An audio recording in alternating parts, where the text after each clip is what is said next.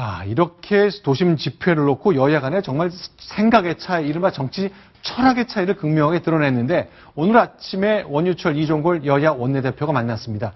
역시 결론은 내 탓이오였습니다. 어떤 내용인지 정리해봤으면 좋겠습니다. 아침에 방송에 출연해서 중요한 이슈에 대한 자신들의 생각을 다 밝혔잖아요. 예, 그렇습니다. 네. 선거구 획정이 이제 파행으로 끝났던 얘기부터 시작해서 각종 경제 활성화 법안, 네. 그리고 FTA는 어떻게 처리할 것인지 하나하나 전부 다 의견이 있었기 때문에 전혀 의견이 일치하지 않아서 사실 지금까지도 계속 그래왔지만 앞으로 네. 굉장히 힘든 여야 협상이 될 것이라는 예상이 됩니다. 이 모습 같은데 둘이 나무젓가락을 들고 방송 직전인 것 같은데 도시락을 먹고 있는 김밥 같아 보이네요.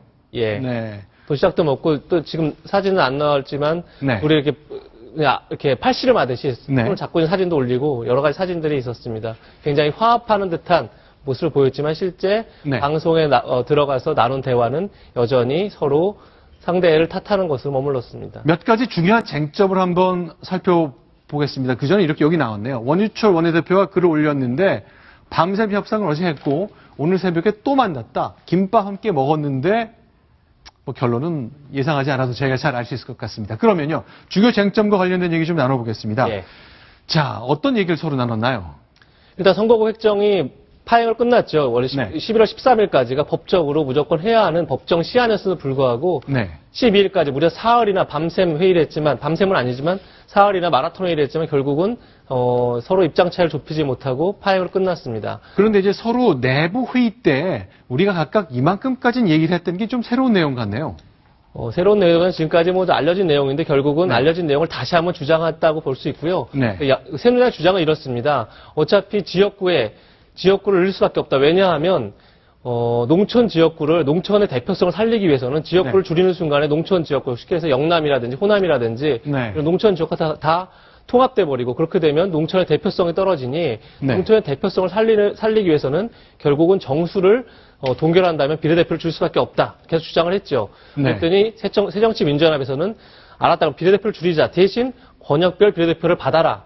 권역별 비례대표를 받아라 했는데 새누리당 주장 그거죠. 권역별 비례대표를 하는 순간에 우리는 과반이 깨질 수 있다. 따라서 우리는 절대 받지 못한다. 이렇게 얘기하면서 계속 표현선을 그었던 겁니다.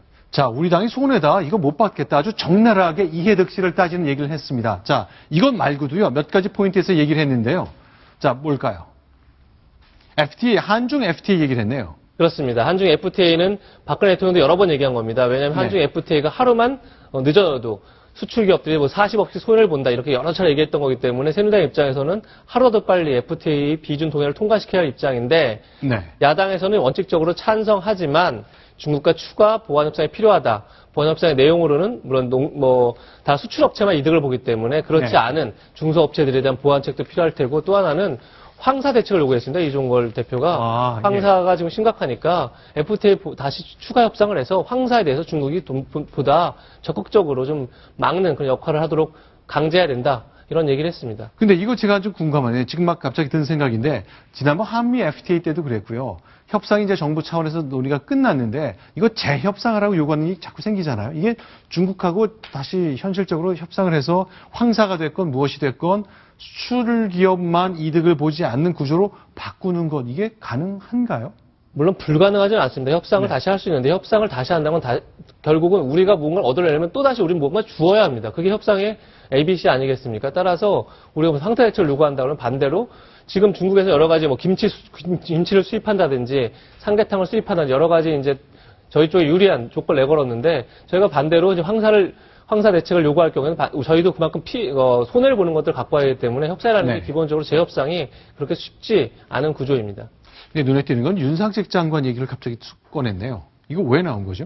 야당에서는 윤상식 장관이 지금 출마를 지금 준비하고 있다는 게 언론에서 많이 나오지 않았습니까? 아, 그렇죠. 부산 네. 출마를 할 것이다. 이런 이제 부산이나 대구나 네. 윤상식 장관을 박근혜 대통령이 차출해서 출마시킬 것이라는 얘기가 많이 있으니까 네. 결국 FTA가 중요한 게 아니라 빨리 이걸 처리하고 나서 네. 윤 장관이 나올 수 있는 몸을 가볍게 만들어주려는 거 아니냐 이런 의심을 야당이 하고 있으니까 네. 원주철 대표는 윤상식 장관이 출마가 지금 무슨 상관이냐. 그리고 윤 네. 장관도 지금 FTA 처리에 더 중점을 두고 있다. 이렇게 이제 해명을 한 것이죠. 네, 지금 박성훈 의원께 좀 한 가지 더 질문 드려볼게요. 이것 말고도요.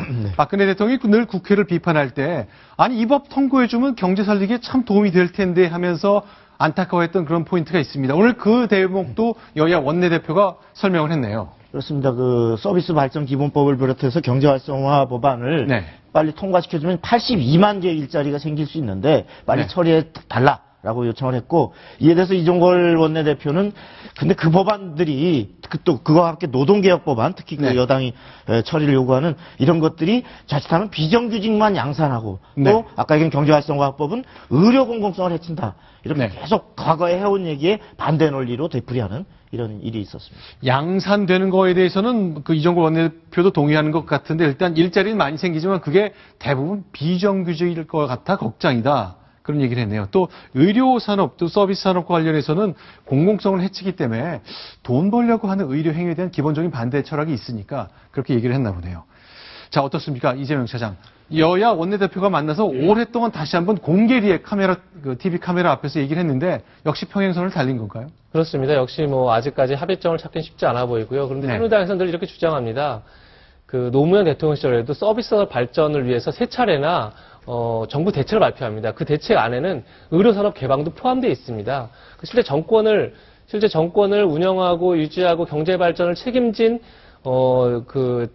정부 입장에서는 서비스 산업이 어쨌든 지금 제조업이 계속 힘든 상황을 가기 때문에 서비스 산업을 발전시킬 수밖에 없고, 그러려면 굉장히 우리나라가 의료 분야에 뭐 우리가 흔히 얘기하지만 영재들이 전부 다 의료 분야로 갑니다. 네. 1등부터 100등까지 전부 의대에 가고 이런 얘기를 흔히 하는데, 그렇게 의료 분야가 굉장히 경쟁력이 있기 때문에 그걸 가지고 경쟁할 수 있다고 주장하는데 야당에서 계속 똑같은 주장을 되풀이하니까 참 접점을 찾기가 쉽지 않아 보입니다. 알겠습니다. 여야 간에 이렇게 다툼을 하고 생각차를 분명히 드러냈는데요. 정당 내부에선 사실 두 정당 내부 사정이 간단치 않거든요.